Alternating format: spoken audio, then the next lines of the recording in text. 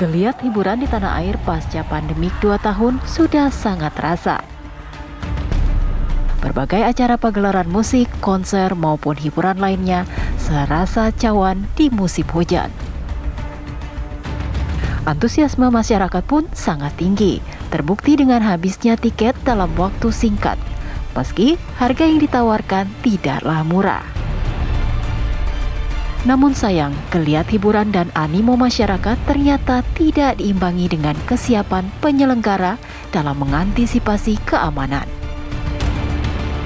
Bahkan di beberapa kasus, panitia seperti memanfaatkan kesempatan untuk meraup untung sebanyak-banyaknya dengan mencetak tiket melebihi kapasitas venue. Alhasil, sejumlah insiden mewarnai pagelaran, dari sekedar desak-desakan hingga kericuhan gegara tak dapat masuk venue terjadi beberapa waktu terakhir. Terlebih peristiwa di Itaewon, Korea Selatan, seakan membuka mata betapa masyarakat haus akan hiburan. Di sisi lain, kesiapan panitia, aparat keamanan hingga pemerintah dalam merumuskan regulasi menjadi kunci terselenggaranya kegiatan aman dan lancar. Lalu, langkah apa sajakah yang sudah diambil untuk mengantisipasi jatuhnya korban saat menikmati gelar hiburan di tanah air? Akankah pemerintah membatasi izin hiburan, sementara secara hitungan ekonomi baru saja bangkit?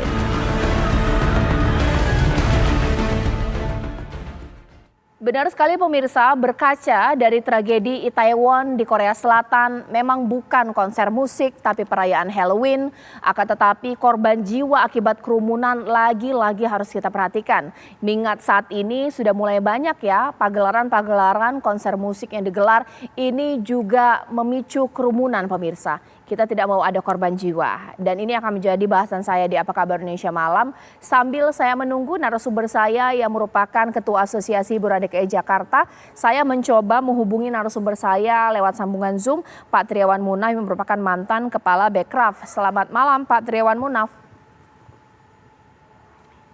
Selamat malam. Ya, Pak Triawan, sebenarnya kalau kita ini melihat secara general ya Pak ya, bahwa akhir-akhir ini banyak sekali pagelaran-pagelaran yang memicu kerumunan. Kita tidak mau tragedi Itaewon terjadi di negara kita. Tapi sekiranya apakah ini akan menjadi suatu kemungkinan mengingat masyarakat Indonesia ini ketika kerumunan banyak sekali yang tak tahu harus berlaku seperti apa, misalnya mencari pertolongan dan lain-lain. Belum lagi kalau pagelaran ini biasanya over capacity nih Pak, di luar batas dari kerumunan yang diperbolehkan. Seperti apa Pak Triawan? Ya, gini ya, kalau saya bisa sampaikan kegairahan dari dunia musik pasca COVID ini sangat terasa.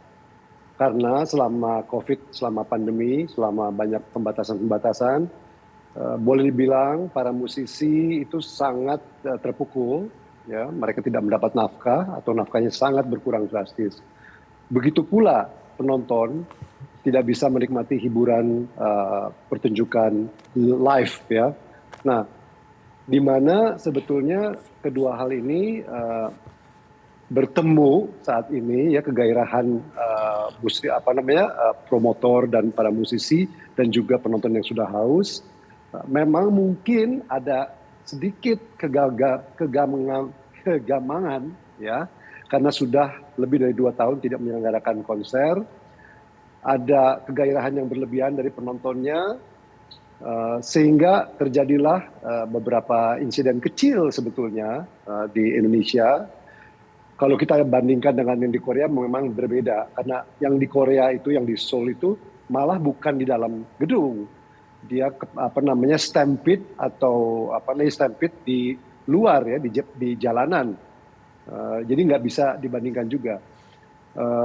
Kejadian-kejadian ini memang membuat kita semakin berhati-hati, dan saya juga mengerti, memahami pihak aparat keamanan agar tidak terjadi hal-hal yang tidak diinginkan, sehingga mereka melakukan pembatasan dan juga mungkin pelarangan-pelarangan. Nah, ini yang harus Ya, dimusyawarahkan di antara para promotor ya dengan kepolisian, dalam hal ini kepolisian daerah, karena saya rasa di setiap daerah memiliki wewenang sendiri dalam memberikan izin dan mengawasi pertunjukan-pertunjukan itu.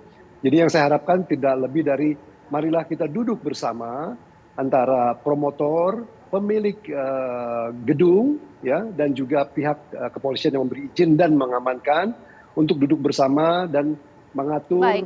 bagaimana agar tidak ada pelarangan-pelarangan yang digeneralisir, ya.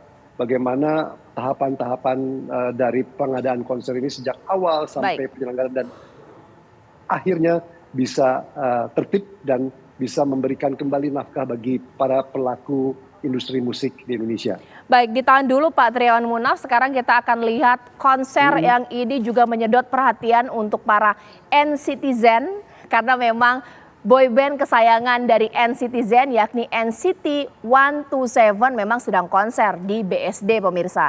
Kalau kemarin Iya. sempat dihentikan, nanti sesaat lagi Pak Triawan Munaf, kalau kemarin memang sempat dihentikan lebih awal karena memang kerumunan memicu banyak orang pingsan. Nah, malam hari ini bagaimana pagelarannya? Nilhan sudah siap mengabarkan langsung dari kawasan BSD NCT 127. Ini bagaimana kemeriahan di sana? Membludakkah atau seperti apa? Iya, saya bisa mengabarkan saya berada di belakang konser di band Korea di tepatnya SBSD ini. Pasca kemarin ada puluhan para penggemar NCT 27 ini membuat para penggemar ini berjatuh pingsan. Ada puluhan penggemar yang jatuh pingsan sehingga membuat para dinas kesehatan ini melakukan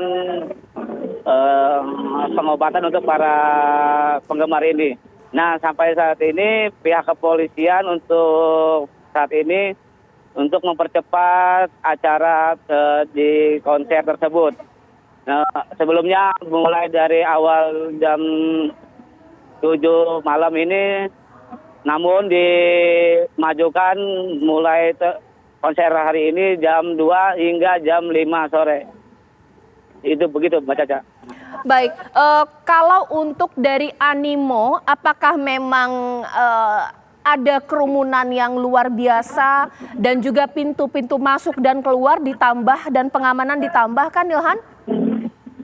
Ya, untuk pasca kemarin ada isu teror bom di kawasan Korea, konser Korea ini membuat animo para penggemar ini sedikit berkurang pada awal konser tersebut pada Jumat siang ini. Jadi untuk konser ini para penggemar ini mulai sedikit untuk antusias para penggemar ini untuk datang untuk melihat Bombay Korea asal Korea NCT. Baik, Nilhan. Terima kasih atas laporannya dari kawasan BSD. Pastinya ini para N-Citizen sudah tidak sabar dan senang sekali ya menyaksikan boyband kesayangan mereka, ingin lihat Mark, Hichan, bahkan juga Taeyang. Sehingga memang kalau sudah boyband favorit mereka hadir, rasanya kurang kalau tidak menyaksikan. Nah, sesaat lagi nanti akan saya tanya kepada Pak Triawan Munaf, sebenarnya boleh nggak sih Pak karena alasan kerumunan konser yang seharusnya sudah terjadwal dimundurkan atau konser yang seharusnya diagendakan tanggal tertentu dibatalkan dengan alasan aparat tidak siap dengan kerumunan. Mengingat Dewa 19 juga akan berkonser tapi dengan potensi kerumunan kayaknya ditunda dulu atau mungkin lebih lama lagi. Sesaat lagi di Apa Kabar Indonesia Malam.